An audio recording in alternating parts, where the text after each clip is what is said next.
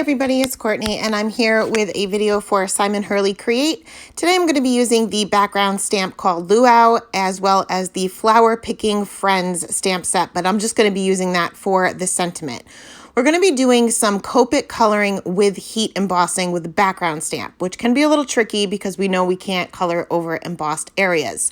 So we're going to do some stamping first. I am smearing some Tombow Mono multi glue on the back of my card panel, and this is the Stark White cardstock, also by Simon Hurley.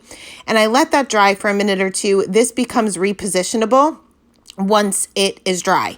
So I'm going to bring out my full-size MISTI here, as well as just a scrap piece of paper. This is just printer paper. You can use scrap cardstock, whatever you want, and I'm going to fit that right in the corner of my MISTI. Then I can lay my card panel down on that scrap piece of paper, lay my stamp down, and then go ahead and stamp it. Now, you want to make sure that you're using a alcohol marker friendly ink, which I'm using the Blackout ink by Ink on 3, but you don't have to get a great impression here. You just have to be able to see the images. So you'll see that I didn't get a great stamped impression. Of course, this is a background stamp. You normally have to stamp it more than once, especially with a Copic safe ink, but I can still see the images, so I'm okay with it. Then I'm going to remove the scrap piece of paper. I'm going to leave my card panel stuck on there, and I'm going to do my coloring just as it is. So I'm going to go ahead and start with the leaves first. I'm starting with my G07, and you'll notice that I'm adding some shading to the tip of the leaf as well as the base of the leaves for the leaves that appear to be curved a little bit. And for the ones that are a little bit more straight, I'm just adding shading to the base. Then I'll switch over to some YG markers and just extend those areas out. Now I am using my darkest color first, which is not something I normally do, but I want to make sure that my colors don't bleed. So I'm not oversaturating the paper here. I went ahead and colored all of the leaves the same way. And then I decided that I wanted some color to the background itself, but I want to go with a fairly light color. So I'm going to bring in a B00. And I'm coloring in the entire background. Now, I would recommend you do this first, which had I thought about it, I probably would have done this before I did the leaves, but the leaves are fairly light, so I'm not too concerned. The reason for this is because it's such a light color. If I were to color everything with the dark colors that I plan on using, and I happen to touch the tip of this lighter color to it, I'm going to drag it out. And I'm going to be using some pretty dark RV markers, and I would end up with pink in places I don't want it to be had I done the flowers first. So make sure that you do your background first, especially if it is a light color. I'm just being careful to go around the images, but I'm not too careful because, like I said, I'm going to color over them anyway, and it doesn't have to be snug right up to that black outline because we're going to be doing heat embossing later. Also, sometimes we get some streaky lines when we work with a large area like this. Again, not concerned. Most of that is going to be covered up with the heat embossing.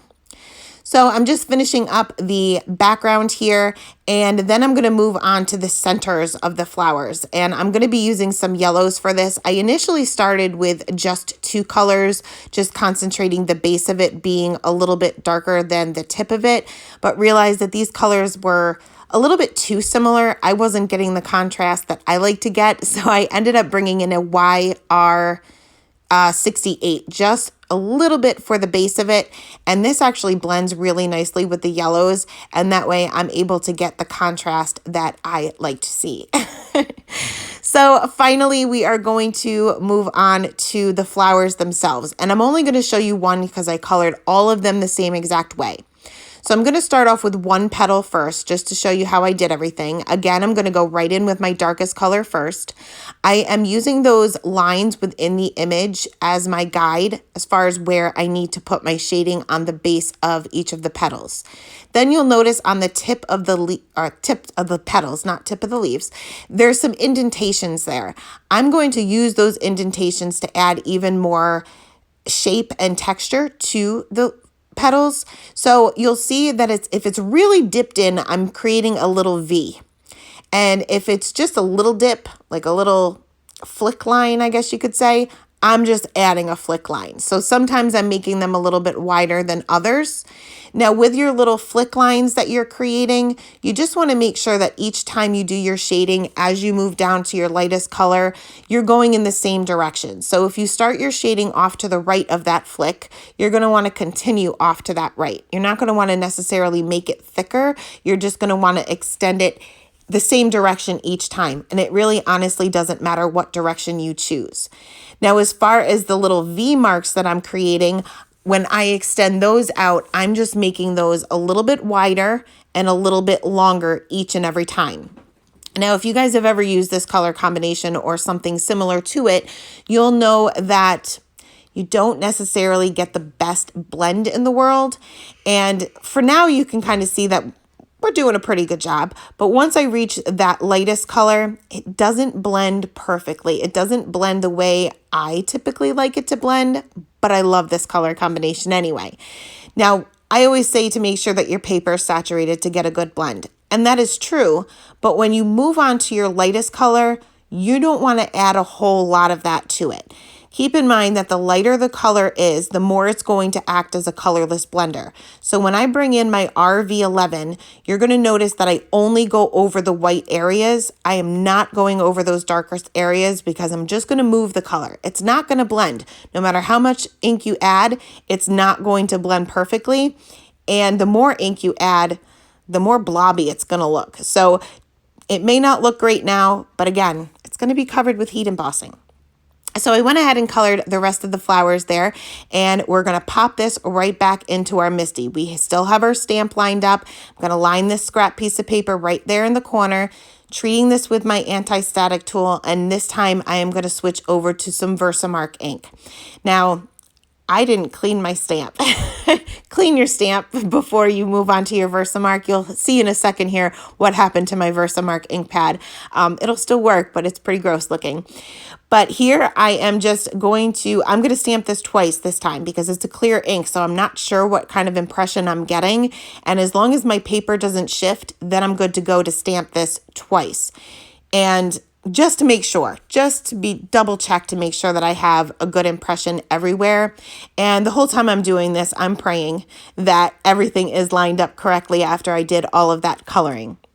So I'm going to be using some platinum embossing powder by Ranger. You will want to use something that's opaque. So any metallic is usually opaque anyway, and I think metallic goes really well with these colors. So once I sprinkled on the embossing powder, I knew we were good to go. Everything lined up perfectly. So you will also want to make sure that your heat gun is heated up for at least 30 seconds before bringing that to the paper. We're going to be adding a whole lot of heat here. We're heating up the entire panel. So make sure that it is heated up. This will minimize the amount of warping that you have. And you can kind of sort of see on camera, the camera doesn't do this card justice. There is so much shine to this. The platinum embossing powder works so well with this color combination. So I just kind of go over the entire panel and then quickly go over the whole thing again just to make sure I didn't miss any areas. Let this cool down for about 10 seconds or so before removing it from the scrap piece of paper. I did end up trimming this down just a little bit. You can just leave it as is. It is so pretty in person. I wish the camera could pick this up. But I did end up taking just 1/4 of an inch off the one side and from the bottom because I do want to mat this onto another piece of cardstock just to make it pop even more.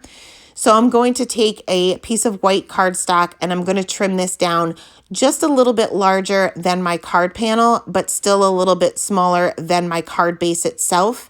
And in order to make everything match, I'm going to bring out one of those Copic markers that I use to color the flowers. And I'm just going to color all 4 sides.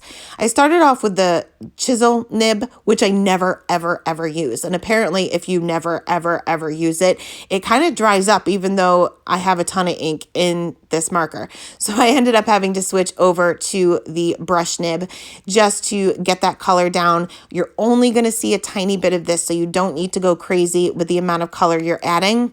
I also took another scrap piece of white cardstock, and this will be for my sentiment strip, which I also want to match everything. And I'm just going to scribble a little bit of that color on there as well. I went over this several times. Alcohol markers are not, I guess you could say they're, what are they, translucent or transparent? I don't know. They're not opaque. So the more times you go over one area, the darker it will be. So I'm going to stamp my sentiment directly on that blob there that we just created. And I'm going to bring out the, oh my gosh, I can't think. I said it in the beginning, but now Flower Picking Friends. That's what it is. Flower Picking Friends stamp set. And it's got some beautiful floral images, but it's also got some great sentiments. And I love the font. So I am going to treat this area again with my anti-static tool. Go ahead and stamp out my sentiment with that Versamark ink, my very, very dirty Versamark ink, and then sprinkle on some more of that platinum embossing powder and heat set that. Again, you will want to make sure that this is cool before you trim this down, because once you slide it into your trimmer, you can kind of scrape off the embossing powder if it's still hot. It doesn't take a long time. It takes like 10 seconds, but just give it that 10 seconds. Trust me, I've done it before. So next we can assemble the card. So I do have a little bit of warping, not much, but a little bit of warping where I added all of that heat. So the matte will not only make the panel pop a little bit, but it will also give it some extra stability.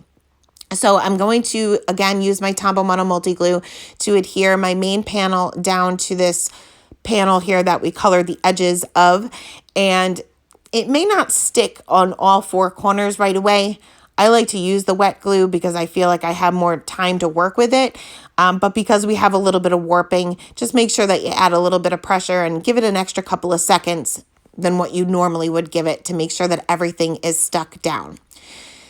So as if we don't have enough shimmer, I'm going to add even more with a shimmer pen. This is one of the Spectrum Noir shimmer pens, and I added this just to the flowers. And finally, I am going to get some foam tape and pop up my sentiment strip right there in the center of my card panel. And this way everything will kind of match, but it's not going to take away too much from the background. But that is it. That is the card for today. As always, I will leave the supplies listed in the description box below. Thank you guys so much for stopping by today, and have a great day. Bye.